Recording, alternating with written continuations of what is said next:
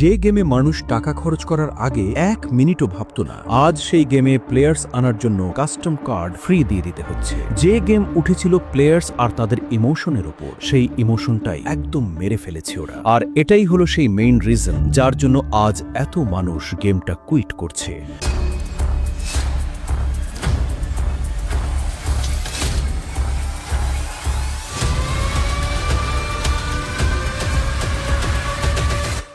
একসময় কিন্তু free fire ছিল প্রায় প্রতিটা গেমারের ফেভারিট গেম। 2019 থেকে 2021 পর্যন্ত অবস্থা এমন ছিল, যদি কোনো লোক নতুন ফোন কিনত তাহলে তার প্রথম কাজ ছিল ফ্রি ফায়ার ডাউনলোড করা। শুধু নিজেরা নয়, বন্ধুদের সাথে, আত্মীয়দের সাথে সবাই একসাথে বসে গেম খেলতো। সেই ভাইবটাই ছিল আলাদা। কিন্তু এখন তুমি দেখছো পুরো সময়টাই পাল্টে গেছে। প্লেয়ার্স গেম ছেড়ে চলে যাচ্ছে। কেউ বলছে গেম বোরিং হয়ে গেছে, কেউ বলছে হ্যাকার্স সব নষ্ট করে দিল, আর গরিনা তো চুপ করে বসে আছে সব সময়। কিন্তু আসল রিজন কি? শুধু ব্যান হয়ে যাওয়া, ল্যাগ হওয়া, হ্যাকারসের প্রবলেম, এগুলোই কি সত্যিকারের কারণ, নাকি ব্যাকগ্রাউন্ডে আরো বড় কিছু ঘটছে? আজকের ভিডিওতে আমি তোমাদের এই জিনিসটা একদম ক্লিয়ার করে দেব, আসলে কি ঘটছে। গরিনার বিজনেস মডেল থেকে শুরু করে প্লেয়ার্সের রিয়েল এক্সপিরিয়েন্স, প্লেয়ার্স আসলে কি ভাবছে, সবকিছু নিয়ে কথা বলবো। তাহলে চলো একদম শুরুতে যাই। 2017 সালে যখন ফ্রি ফায়ার লঞ্চ হয়, তখন কেউই ভাবেনি গেমটা এত বড় হয়ে যাবে। শুরুর দিকে পাবজির সাথে অনেক কম্পেয়ার করা হতো। পাবজির গ্রাফিক্স বেশি রিয়েলিস্টিক আর ফ্রি ফায়ারের লুক একটু কার্টুন টাইপ। কিন্তু ফ্রি ফায়ারের মেকার্স একটা জিনিস খুব ভালো করে জানতো। সেই সময় ইন্ডিয়া, বাংলাদেশ সহ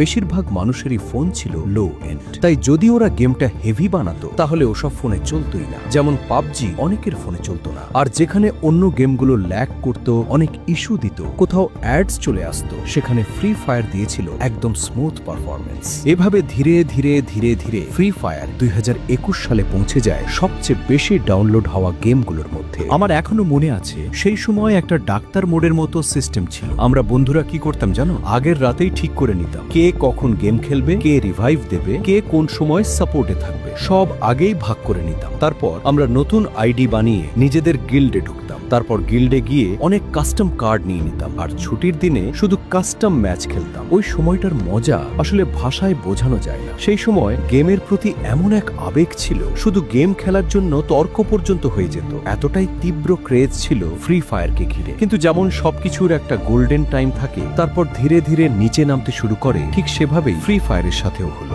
ডাউনফল আস্তে আস্তে আসছিল, আর প্রতিটা আপডেটের পরে স্পষ্ট বোঝা যাচ্ছিল গেমটাকে কি দিকেই নিয়ে যাচ্ছে ওরা। তারপর এলো সেই সময় 14 ফেব্রুয়ারি 2022। সবাই নিজের মতো ব্যস্ত। ঠিক তখনই খবর এলো অনেকগুলো চাইনিজ অ্যাপ বন্ধ করে দেওয়া হয়েছে, আর সেই তালিকায় ফ্রি ফায়ারের নামও ছিল। সেই সময় চ্যানেলে নতুন 1000 সাবস্ক্রাইবার হয়েছিল। মনে খুব আনন্দ ছিল। কিন্তু এই খবর আসার সাথে সাথে পুরো মনটা হালকা হয়ে গেল। এটা কি হয়ে গেল? অ্যাপ স্টোর থেকে ফ্রি ফায়ার উধাও, প্লে স্টোর থেকেও ফ্রি ফায়ার অদৃশ্য।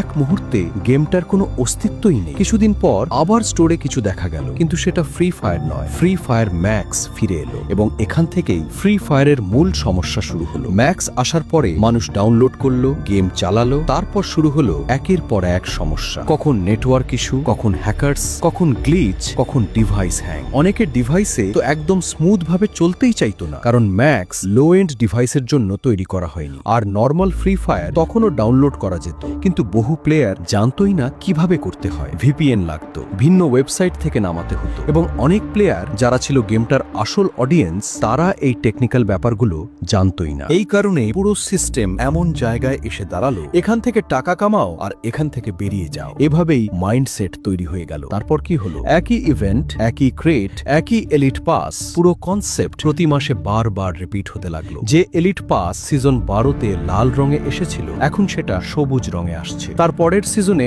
আবার সেটাই হলুদ রঙে আসবে। আগে এক মাসে মাত্র একটি ইভোগান আসতো, আর সেই একটাতেও ফ্রি স্পিন পাওয়া যেত। আগে একের ড্রেকো এসেছিল, তারপর M1 তো 40 ড্রেকো। এখন গিয়ে দেখো একসাথে 5টা ইভোগান বসানো আছে। আগে একটি ফিডেড হুইল আসতো, সেখানে ফ্রি স্পিন থাকতো। এখন গিয়ে দেখো একসাথে 3টা ফিড হুইল বসানো। সব মনোযোগ শুধু একদিকে, কিভাবে অডিয়েন্স থেকে আরো বেশি টাকা আনা যায়, যে কোনো ভাবে, যে কোনো উপায়ে প্লেয়ার্সের উপর থেকে ভ্যালু টেনে নেওয়া। আর যখন পুরো ফোকাস টাকা আনার উপর পড়লো, তখন গেমের দিকে আসল মনোযোগই হারিয়ে গেল। ইঞ্জিনিয়ার্স, ডেভেলপার্স, এরা আসলে কি কাজ করছিল বোঝাই যায় না। 2023 থেকে 2024-এর সময় এত হ্যাকার ঢুকলো ভিতরে, একটার পর একটা হ্যাকার ব্যান করার সাথে সাথেই আবার ফিরে আসতো। একদম এমন ভাবে যেমন ছুটির দিনে কেউ বাড়ি ফিরে আসে। যে প্লেয়ার ইমানদারভাবে গেম খেলতো, মাথা ফ্রেশ করতে গেমে ঢুকতো, তার জন্য এই হ্যাকার সমস্যা ছিল সবচেয়ে হতাশাজনক অভিজ্ঞতা। একটার পর একটা হ্যাকার, কারো কোনো কন্ট্রোলই ছিল না। তারপর এলো আরো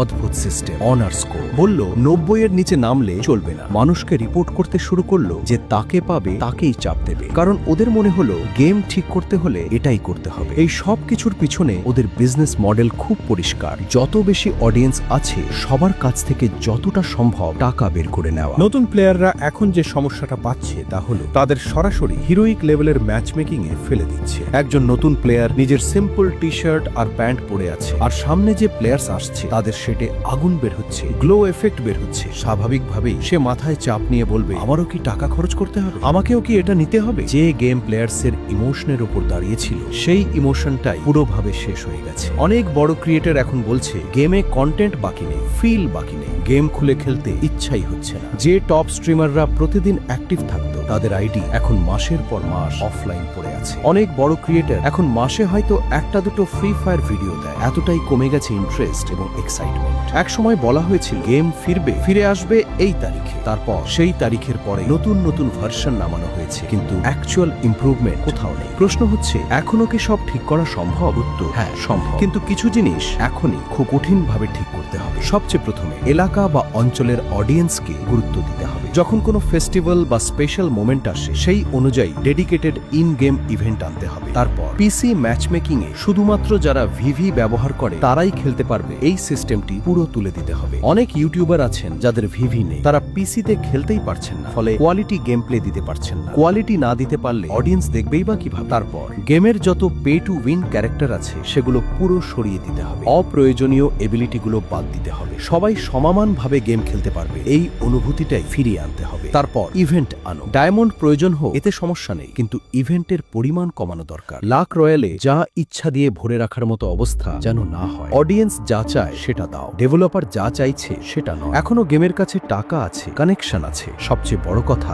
লয়াল প্লেয়ার বেস আছে, কিন্তু সমস্যা একটাই, ইন্টেনশনস কমে গেছে, উদ্দেশ্য আর স্পষ্ট নেই। এটা ঠিক করা হলেই গেম আবার উঠতে পারবে। শেষে একটা কথাই বলার আছে, গেম কখনো শুধু একটা গেম থাকে না। অনেকের জন্য এটা বন্ধুদের হাসি, কারো জন্য এটা চাইল্ডহুড স্মৃতি, কারো জন্য নিজের খারাপ সময়ে ভুলে থাকার জায়গা। কেউ জিততে আসে, কেউ হারতে আসে, কিন্তু সবাই আসে একটা ভাইব, একটা ফ্যামিলি ফিলিং নিয়ে। আজ যেটা হারিয়ে গেছে এটা ফিরিয়ে আনা সম্পূর্ণ সম্ভব, শুধু দরকার সঠিক সিদ্ধান্ত, সঠিক মনোভাব আর প্লেয়ার্সকে আবার সেই সম্মান দেওয়া যেটা একসময় গেমটার আসল শক্তি ছিল। আর তোমাদের জন্য একটা প্রশ্ন, তোমরা কি চাইবে? পুরনো দিনের সেই ফ্রি ফায়ার ভাইব আবার ফিরে আসুক, নাকি মনে হয় এখন আর সবকিছু আগের মতো হবে না? কমেন্টে নিজের অনুভূতিটা লিখে দিও। তোমাদের মতামতই আসলে সবচেয়ে গুরুত্বপূর্ণ, কারণ গেম তখনই বাঁচে যখন প্লেয়ার্স বাঁচে। ধন্যবাদ শেষ পর্যন্ত সঙ্গে থাকার জন্য। কাস্টম প্লের পরবর্তী ভিডিওতে আবার দেখা হবে।